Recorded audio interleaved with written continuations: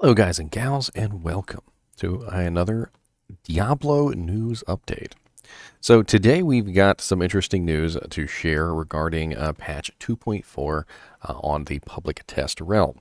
So if you guys haven't been following the public test realm, or maybe you just don't have the time to hop on and play, or maybe you're not particularly well equipped to test out multiple specifications and gear out your characters, whatever it may be, I have the information for you. So right off the bat, let's address the Druid Werewolf Werebear attack speed issue. So if you guys are unaware, there was a small note in the patch notes that basically said they were reverting the Werewolf and Werebear to the IAS table for the Druid. And in a nutshell, that's what they did.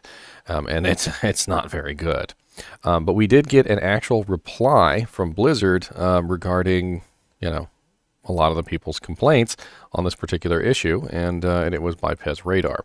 So let's go over that together, and we'll take a look and see what they're trying to say, what they're trying to do, and whether they have any plans to fix it. So we have here Druid Werewolf and Druid Werebear. I thought that was Whirlwind. Attack speed changes.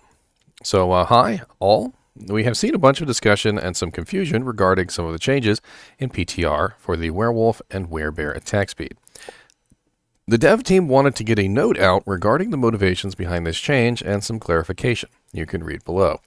Since the Druid was introduced in 2001, the attack speed calculation for Werewolf and Werebear forms has been quirky. The attack speed contributions of the equipped weapon were used multiple times in the calculation, giving them more than twice the impact compared with other attack speed calculations. This quirky calculation involving the weapon attack speed would also ignore the usual IAS cap. In the public test realm, we have changed the attack speed calculation for Werewolf and Werebear forms to match other attack speed calculations. Weapon attack speed will be given the same importance in the calculation as for any other player character's attack speed. In fact, the Werebear's attack speed should exactly match the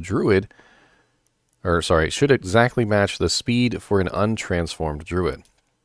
The base Werewolf attack speed also matches the untransformed Druid, but is enhanced by IAS bonuses from the Werewolf skill. Motivations. There are a few motivations for this change. Because of the extraordinary weight weapon attack speed had on a transformed attack speeds, high weapon attack speed was overwhelmingly the most important consideration for weapon to equip. This change should encourage more diversity in weapon selection. Number 2, the quirky attack speed calculation was poor player experience for those not in the know. In particular, at lower levels of play without optimized equipment, while this change has reduced attack speed when using weapons with very high IAS, it has increased attack speed for the majority of weapons, especially weapons encountered at lower levels of play. We would like to encourage PTR players to experiment with different weapon choices for their Werewolf and Werebear forms. It is not our intent to reduce the viability of the Transformed Druid. We will be looking at ways to improve the performance of the Transformed Druid without sacrificing the benefits obtained from unifying the attack speed calculations. So there's a couple things that we really have to go over here in regards to this, and I really feel like they kind of missed the boat here. So I can half agree with them. And I also half disagree. So number 2, which is their second bullet point, where they say the quirky attack speed calculations was a poor player experience for those not in the know. That is 100% accurate. For any player who picked up a Druid who had no clue about this, it was a big downside for those players. They had to be told by other players and shown, because they didn't believe it, that the attack speed was so important on the calculations. I've had so many people come to me, even on my YouTube channel, who asked me, it really doesn't work. You're lying. You're not telling the truth. And I'm like, I don't really know how else to show you other than just show you. And I literally make a demonstration video, and even then, they're still not quite convinced. So I can definitely understand bullet point 2, that the newer players don't understand what's going on. And for that reason, I can understand this change. However, bullet point 1, they're talking about diversity. Okay, they're talking about diversity of builds. They're talking about diversity of weapon selection. There is nothing more diverse than how the werewolf and the werebear work. The werewolf and the werebear work in a special way, different than every other character in the game, and have special builds specifically for them that are not present on any other character. There are weapons in the game that would literally go unutilized for the most part if it weren't for the fact of the werebear and the werewolf's special IAS calculations. So I can't really understand the idea behind should encourage more diversity in weapon selection, when really the werewolf and the werebear were as diverse as they came. When you played Diablo, if you wanted to increase the attack speed on your paladin, your Amazon, your Necromancer, your Sorceress, your Barbarian, whatever character you were trying to increase your attack speed on, it was all the same exact calculation, just with different breakpoints. But the werewolf was a special beast among peasants and had its own special way of doing things. And I don't understand why they would want to take that away. I could understand making it more transparent. They should make it more transparent, but I don't think they should change this. I don't like this at all. We also got some patch notes, by the way. So let me pull those up real quick. They're very small. It's just a very small patch notes for the characters, or the small issues that we were having in public test realm. And here they are. So the patch notes are fix an issue where non-Uber bosses were taking too little damage. Apparently there was some sort of glitch in PTR where literally the bosses were taking like no damage whatsoever. So if you guys were testing on bosses and the bosses seemed like they were not taking a lot of damage, it's fixed now. So maybe go give it another try. Fixed an issue where Unbending Will Runeword was not correctly displaying some of its stats. Fixed an issue where Sivrb's vestments were granting more defense than intended. We also have some other interesting information regarding the Holy Fire, Holy Shock, Holy Freeze, Sanctuary buff. So the buff was kind of like the same across the board with the exception of Holy Fire. And the Holy Fire buff is so ridiculously strong that you can literally walk around in hell difficulty on players 8, murdering things with absolutely no issue whatsoever. I'm pretty sure that Holy Fire is probably going to get nerfed. One way or the other, we are probably going to be looking at either one of two things.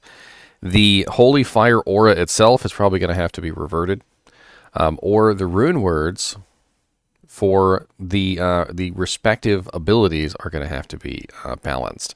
So dragon, both the dragon armor and the shield, isn't it armor and shield, and then also the Hand of Justice is probably also going to have to be nerfed, as well as the 2 dream items. So we're looking at a reduction. They're probably going to have to reduce the level of the aura provided by the Dragon Rune Word.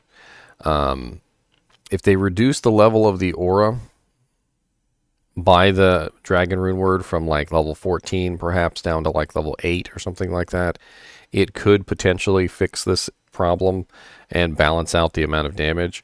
I don't really see any other way that they can do it. They can't buff Holy Fire and leave the Dragon Rune Word and the Dream Rune Words as they are, because honestly it's not balanced properly, especially if you were to combine the two. So one of the things that I've seen is if you combine the Dragon Rune Word body armor piece and Hand of Justice weapon with the Dream Helmet and Dream Shield at this particular point, and then run level 25 Conviction, you literally can run around and just you don't even have to attack. You just stand there and everything dies in like 1 to 2 hits even. And this is even in PvP. I was playing around with it in PvP, and in PvP, literally people would walk out of town and instantly die with max resistance, and it's just it's off the chain ridiculous. I'm not sure what exact kind of balancing they're going to do, whether they're going to revert the changes that they've made to Holy Fire, Holy Shock, and Holy Freeze. But I don't want to see them do that. I actually played around with the idea of a Holy Freeze Paladin and seeing if I could get the Holy Freeze Paladin to work. And when I played around with the idea of the Holy Freeze Paladin, I actually was able to get it to work in Players 8 at an acceptable rate. It was not overpowered in any way, shape, or form, but it was doable. And I don't want to see Holy Freeze, Holy Fire, and Holy Shock get reverted to a non-usable state just because of some rune words.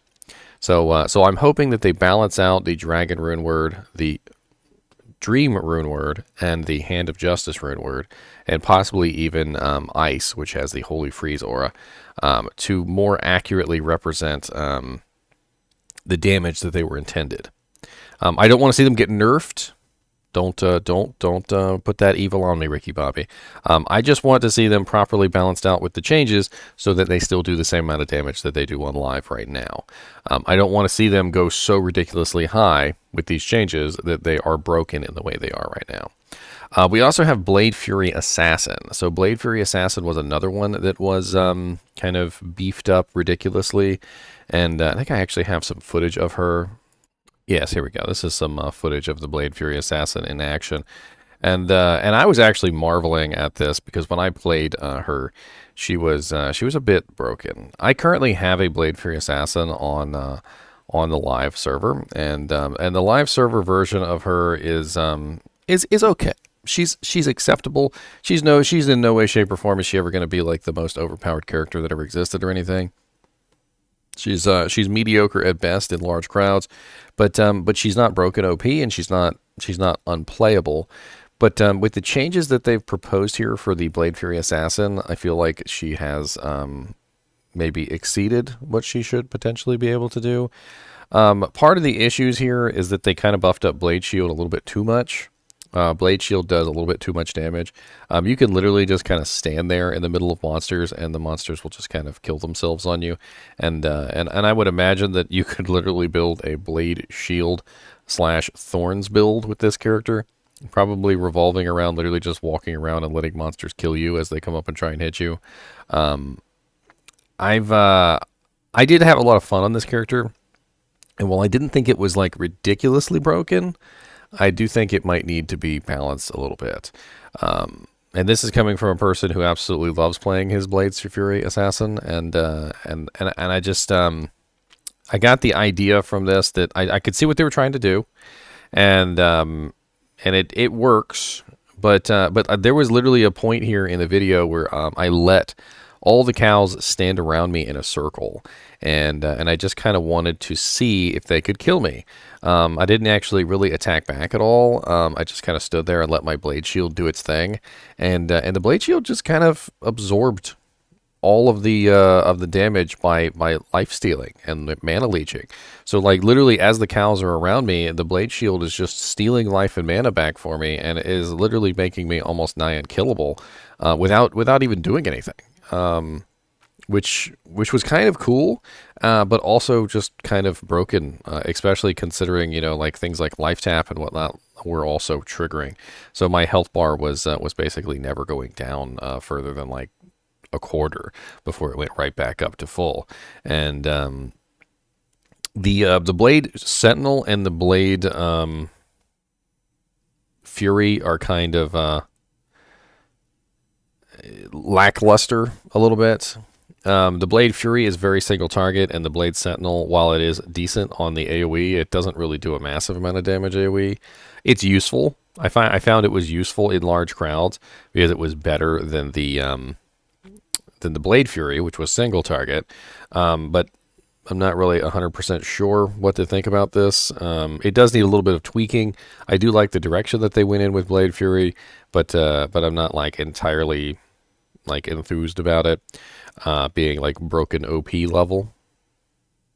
Let's also go over the Fire Druid real quick. So the Fire Druid was an interesting thing. I wanted to test out and see whether he was viable or not, and I gave him appropriate equipment. I also put on a very a modicum amount of negative fire resistance and things like that, using like a wisdom and whatnot. But sorry, not wisdom, flickering flame. He was interesting. I didn't really feel like his damage was good enough for hell difficulty. I honestly felt like he's still kind of in the same place he was before, which is he's probably going to excel exceptionally well now in normal difficulty and nightmare, as the Fire Druid always has, but he's still rather lackluster in hell.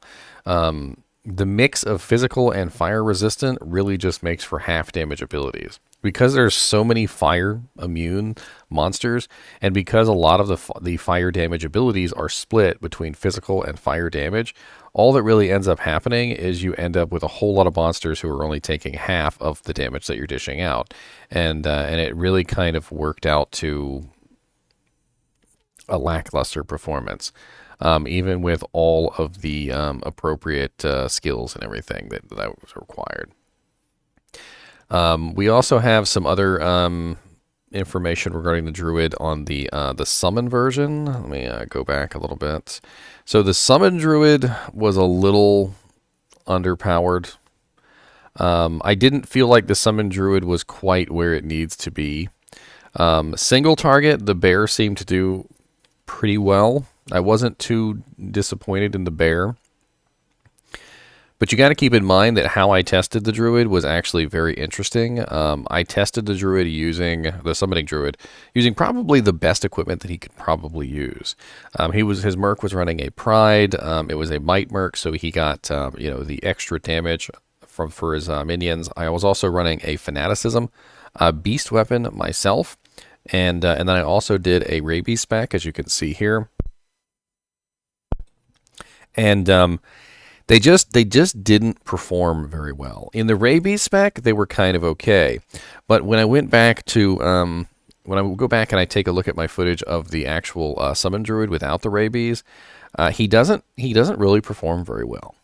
The Ravens are very powerful. I will say that about the Ravens. The Ravens are very, very powerful, and when you are summoning the Ravens and keeping them up, they do tend to assist in the physical damage department by quite a large margin. But what I noticed specifically about the Druid is that he doesn't really have the amount of damage to kill multiple monsters. If all of the wolves were attacking the same target, if all of the, if the bear was on point hitting the target, then one target could die relatively quickly. But in general, it was next to impossible to get multiple targets to go down at the same time, which was a little sad. Especially in places like this where I ended up getting bottlenecked. I could only have one or two wolves actually attacking a target, and a lot of the times what I would do in these situations is switch over to the bear, because the bear was easier to handle in those zones. You can obviously resummon your wolves at any point to kind of like surround an enemy, but even in that situation, they just kind of don't continually attack one target. And as you can see there, let me go back here, because we have literally my entire army of wolves attacking a pit lord. This is the spirit wolves. Let me find the Direwolves, because the Direwolves were a little more interesting. So here's the Direwolves right here, and as you can see, they're attacking their targets with their full brunt force. This is Players 1, and in Players 1, they actually don't do horrible. As you can see, they're kind of mowing things down. In Players 8, they really struggle. It's a slog getting anywhere. It's very slow, and Necromancer is very slow. But here's my thing about the Necromancer. He has Corpse Explosion. He has Bone Spear. He has Bone Spirit. He has a relatively large number of abilities that he can use to increase the course of the battle, whether it be Poison Nova, Bone Spear, Corpse Explosion, Poison Explosion, whatever it is that he's doing. He can increase the speed of the confrontation with these abilities, and he can do so with relative ease comparatively to the Druid. The Druid doesn't really have a lot of ways that he can just kind of increase the speed of the confrontation. The Rabies was really the only thing that kind of worked with the summons. A lot of the changes that they've made in PTR, I definitely will say, are good things. I'm not going to be a negative Nancy on a lot of this stuff. There is some very interesting things that they have made changes for. The Holy Fire, Holy Shock, and Holy freeze auras being buffed up were actually quite interesting. I did a round of testing on the Holy Freeze Paladin. Let me pull up that footage. All right, so this is actually footage of a Holy Freeze Paladin decked out in his proper equipment. Obviously, he's not using Conviction because he's actually building the Holy Freeze skill. He's running like level 40 some odd Holy Freeze. He has the proper equipment to utilize this gear. Nightwing's Veil. He's using Beast for Fanaticism. He's basically applying his cold damage as best as he possibly can. And he actually works fairly well. And of course, I did come across quite a few cold immune monsters here. But when I came across any monster that wasn't cold immune, I absolutely ripped them to shreds, which was quite impressive. Now, the reason why I wanted to show this and talk about this is because I like that the Holy Freeze aura is now a viable option for Players 8. You can effectively build a Holy Freeze Paladin in Players 8, and he can actually do quite well. And this is actually a very interesting thing, because I don't want them to roll back on these changes on Holy Fire, Holy Shock, and Holy Freeze. I want them to stick with it. They need to balance the armors appropriately so that they fit within this kind of architecture, because they have got it correct as far as the auras are concerned. They do not have it correct as far as the armors are concerned. The Dragon Armor, the Dream Armor, the Dragon Rune Word, the Dream Rune Word, and the Hand of Justice, all of which need to be balanced around the changes, not the other way around. I also have some gameplay footage of the Sorceress. Now, I do love the changes to the Hydra, but the Hydra is a very single target kind of a creature. If they're not all firing at the same target, I noticed that there is just a really not so great thing. Not every character has to be a P8 cow farmer, for instance, but this is basically a fully geared setup Sorceress who is running orb slash Hydra. And despite the fact that I was running maximum level Orb and maximum level Hydra to the best of the skill points abilities, I literally had a extremely hard time in Players 8 cows, to the point where it literally felt like I was just overwhelmed and completely incapable of killing anything. And it got to the point where literally I was just running from the monsters because who actually can actually do anything if you're not killing anything. And it got really bad with this particular character because I think of the way that the Hydras apply their damage. The Hydra, I really do applaud the change of allowing you to summon all 6 Hydras. That is definitely a good change, don't get me wrong. But I also noticed that the Hydras just apply their damage in the worst way humanly possible, which is just spread it out over every single monster in the game.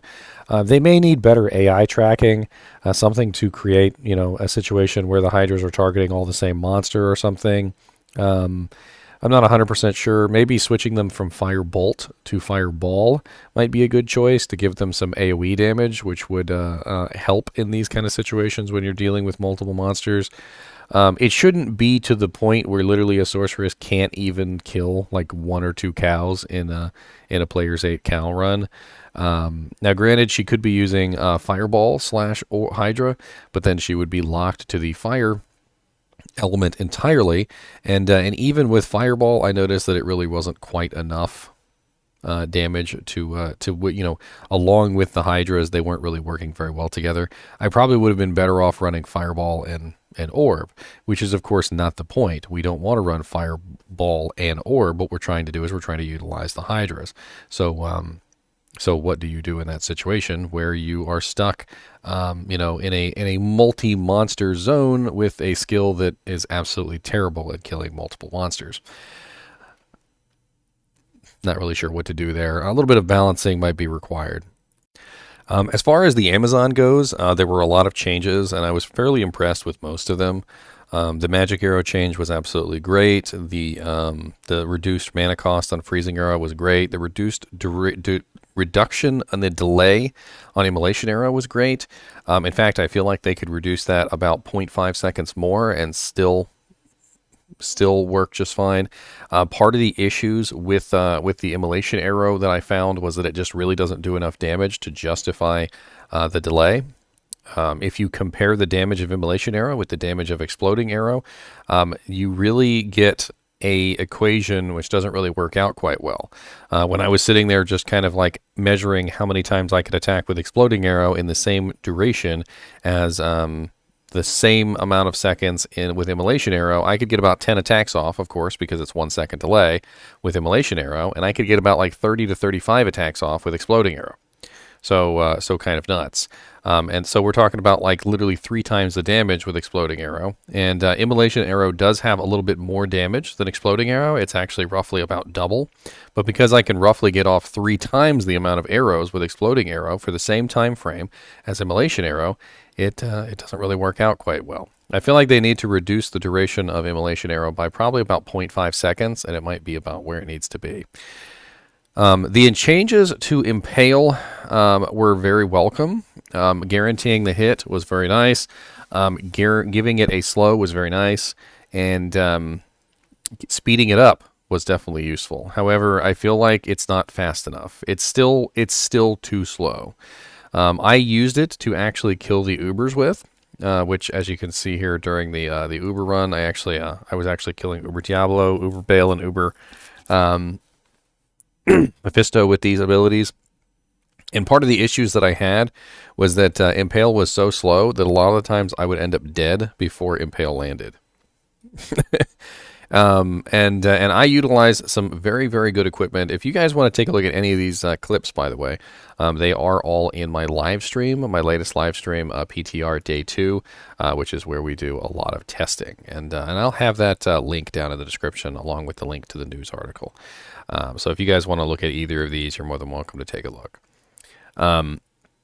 All in all, though, I was able to kill the Ubers. It was a bit of a struggle. I had to use things like Fend to activate Life Tap because Impale was just too slow to activate Life Tap before I died.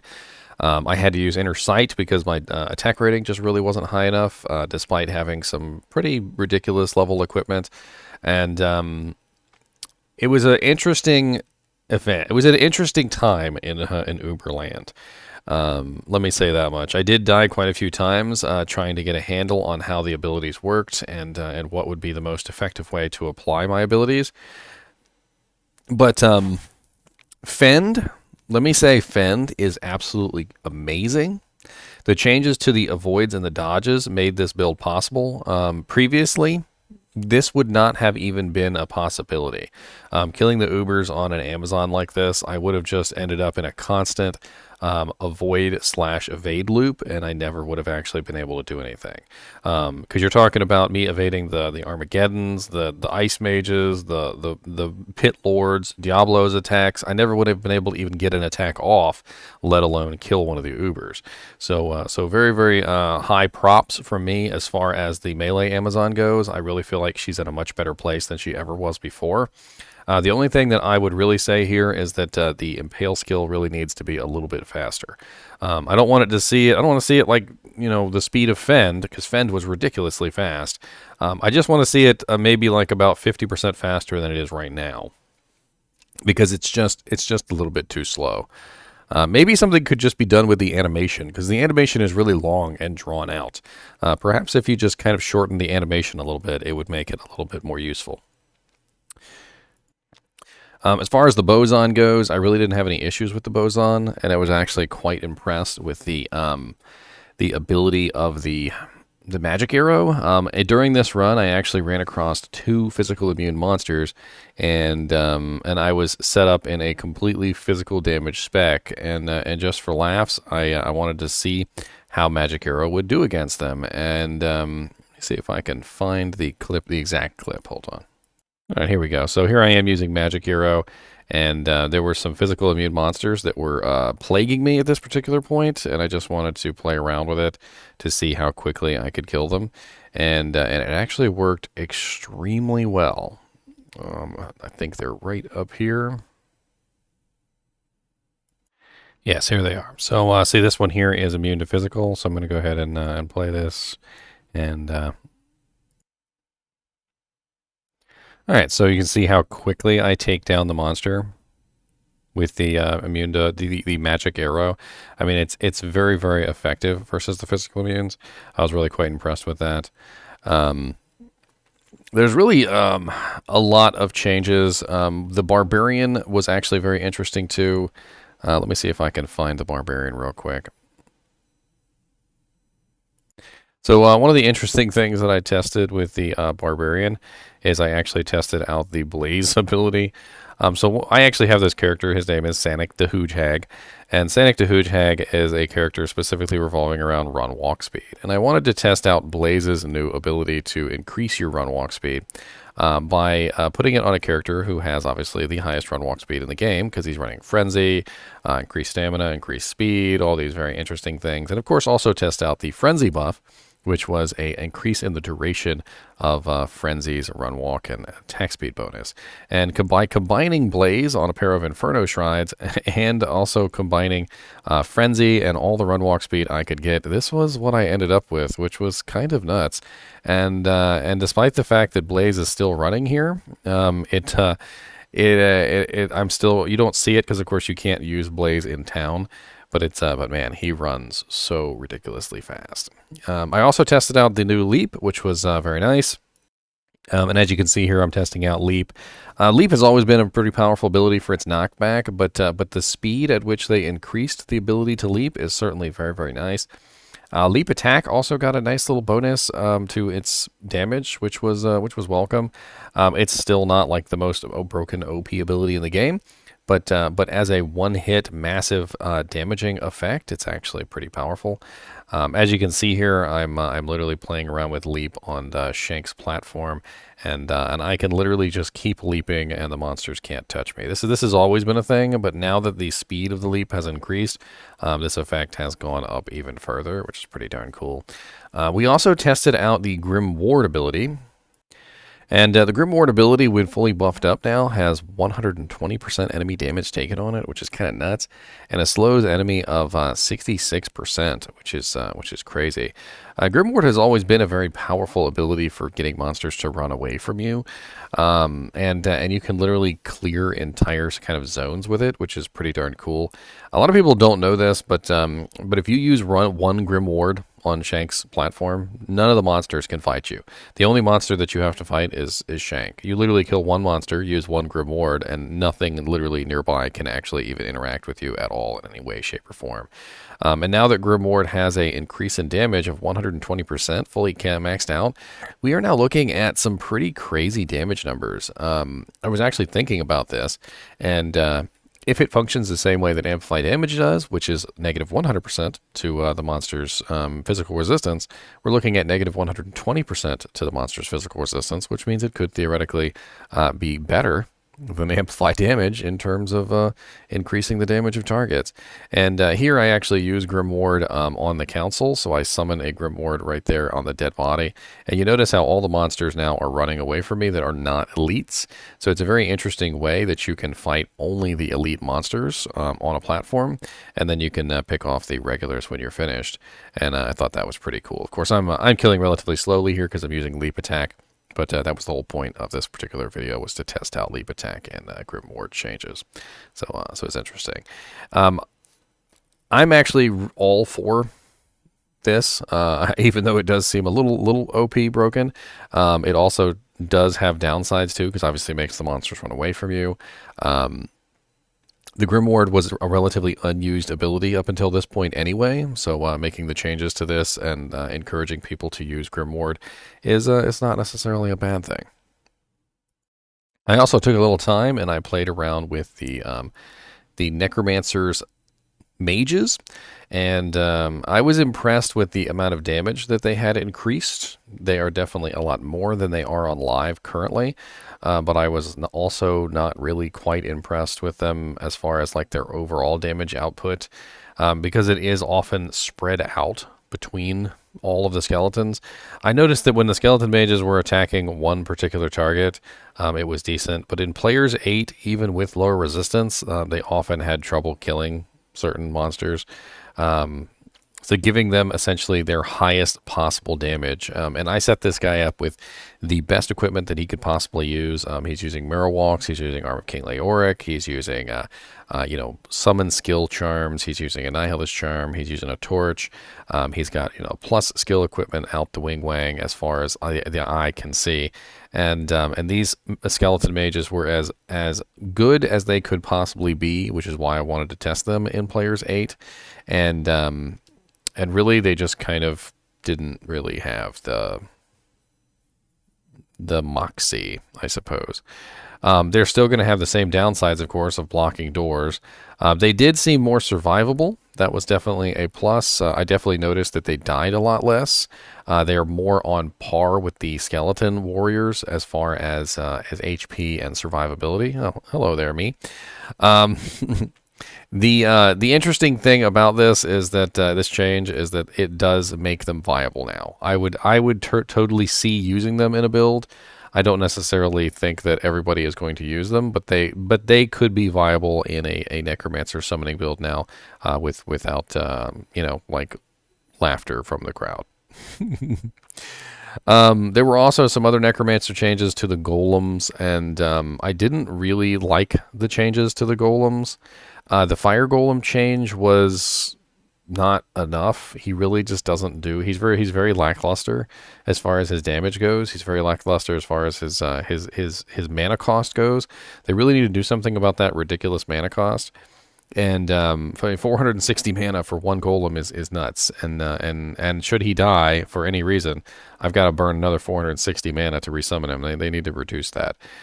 His fire damage was also not enough. I tested him with lower resistance in Players 1 even, and he was really not capable of killing much of anything in Players 1. And I would assume that the Fire Golem being, specifically around massive amounts of fire damage and with the huge amount of holy fire that he has, wasn't really quite as good as it needed to be. Now, of course, I'm expecting balance changes on PTR, so hopefully they will mess around with it. The Blood Golem also just really didn't do enough damage. He had a physical damage of 242 to 653, fully synergized out, mind you, with all synergies, which was just terrible. I would expect the Blood Golem to be doing at least 1,000, if not more.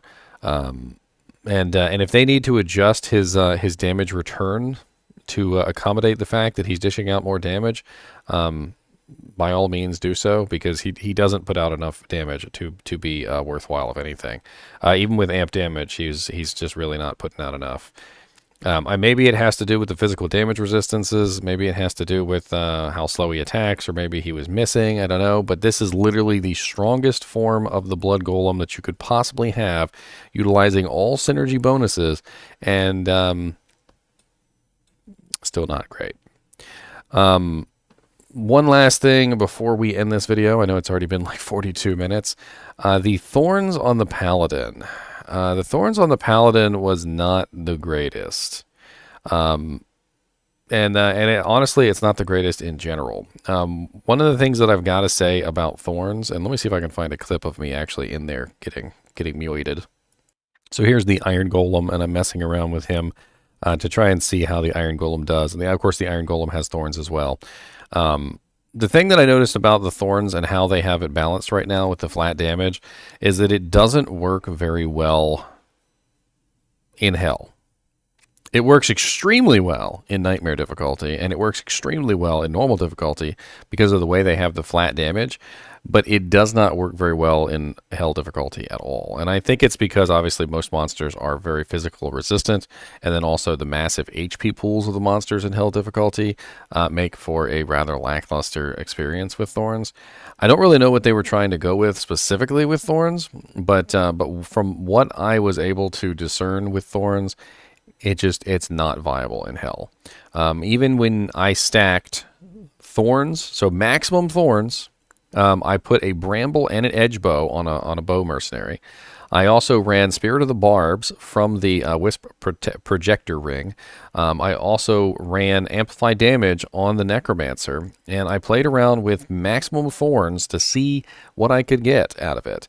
And it just would not kill anything really in hell difficulty.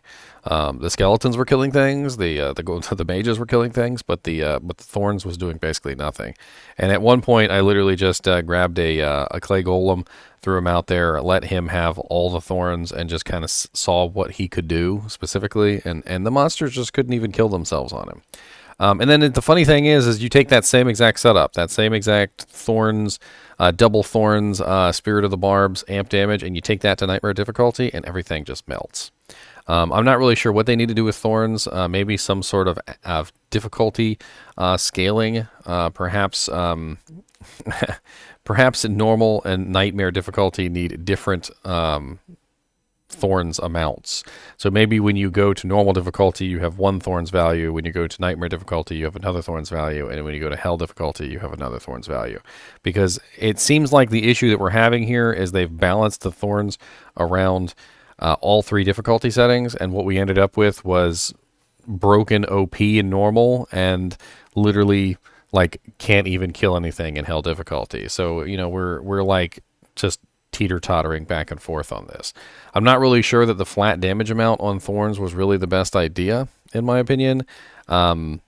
It's a little lackluster. As you can see, this is the Iron Golem here, and he is surrounded by the monsters, and he is just, you know, getting wailed on by them. The monsters are just kind of, you know, just having a good time of it. It could also be that the monsters are regenerating. You know, that thorns take so long to kill anything that literally as the monsters are attacking themselves, you know, with thorns, there's such a long delay in between each individual attack that maybe they're regenerating a little bit in between each attack, which could also be part of the issue. I'm not exactly sure. Well, I think that pretty much wraps up everything to talk about. If I missed anything, I'm sorry. Please put it down in the comments, and I'll talk about it in another episode. But I've already gone 46 minutes on this news update, and for those of you who are interested in Diablo 2, I'm sure you will find a lot of this interesting. I would be very happy to hear your thoughts on P2 on Public Test Realm 2.4 at this point. Are you happy with the changes? Are you sad about the changes? Do you want to go strangle somebody because of the Druid changes? What is your thoughts? Let me know. And as always, thank you for watching, and keep watching.